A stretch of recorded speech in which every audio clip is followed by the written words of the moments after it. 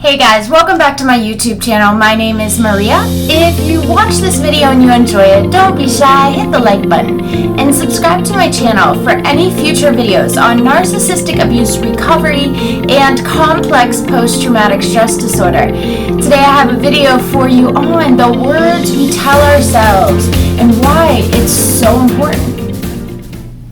So I'll start off by saying that while going through narcissistic abuse recovery or any sort of emotional abuse recovery, the point is to reprogram our subconscious mind. So our subconscious mind is on a loop and it's going to think what it's comfortable with, right? Our brains are not our worst enemies. They're our best friends. They're doing what it thinks is safe. Right? So I think of my subconscious mind like a big overgrown field, right? So it's overgrown with grass. And someone came with a plow and plowed one line down that field.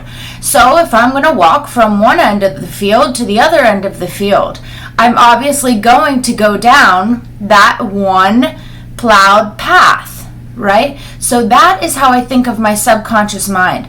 Now, as we go through the healing journey of narcissistic abuse, we have to pave a new path in our subconscious mind.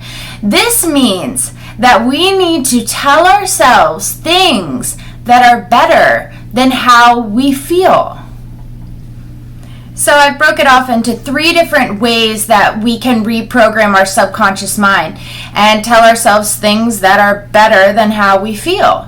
So one of those ways is to congratulate ourselves for our daily successes. So anything that we do during the day, and I'm talking anything, like you didn't feel like doing laundry, but you did. You didn't feel like going to the grocery store, but you did it anyway. Any little accomplishment we did during our days to actually verbally say out loud and hear ourselves tell ourselves, you did a good job. As silly as that may sound, guys, it actually works. To be driving in the car after you leave the gym and just say, wow, I can't believe you fit that into your day today. That was so good. I do this all the time, and this is a great way to boost your self-esteem, to actually acknowledge that you do have a purpose, and you are doing great things with your life. I would say that number 2 is being compassionate with ourselves. And how hard is this sometimes?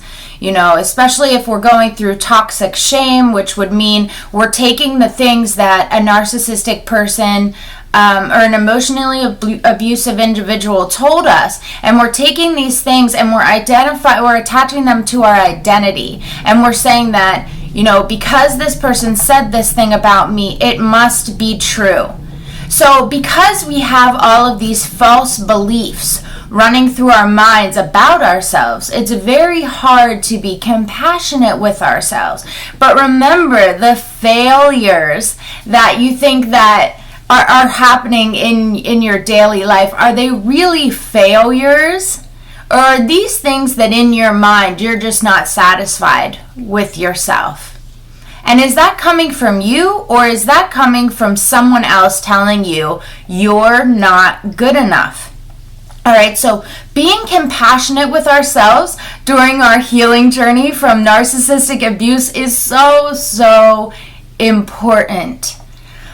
Being able to reprogram your subconscious mind is not something that's easy to do. Healing from narcissistic abuse, feeling your feelings, feeling those dark feelings that may be in a core wound that has been there since childhood is not easy to do. Showing up for yourself and being compassionate for yourself. And look, if you are a parent and you end the day saying, I am a failure at being a parent, there's no manual for parenthood, okay?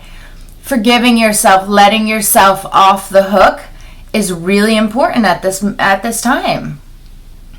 And number 3, we act like the words that we tell ourselves. So I had my pastor recently explained it in this way, and I just thought it was amazing. So his son and his daughter were watching the movie Godzilla. And after the movie was over, they wanted to play make-believe. So the son decided he was going to be Godzilla, and he named the daughter Person Who Runs Away. So what do we do when we name ourselves these roles? Well, we act out the names that we tell ourselves. So his son acted as if he was Godzilla, and his daughter acted as if she were a person who runs away.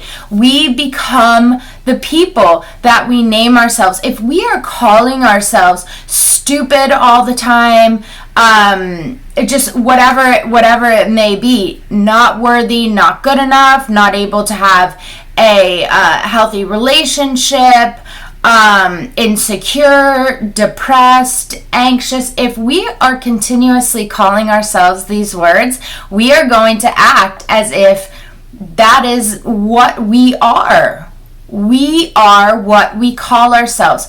That's why it's so important to call yourself positive words. Like I said in the beginning, healing from narcissistic abuse is a matter of reprogramming our subconscious mind so that this vicious inner critic does not take over the rest of our lives, and we can live positive, uplifting, healthy lives depending on what's going on up here.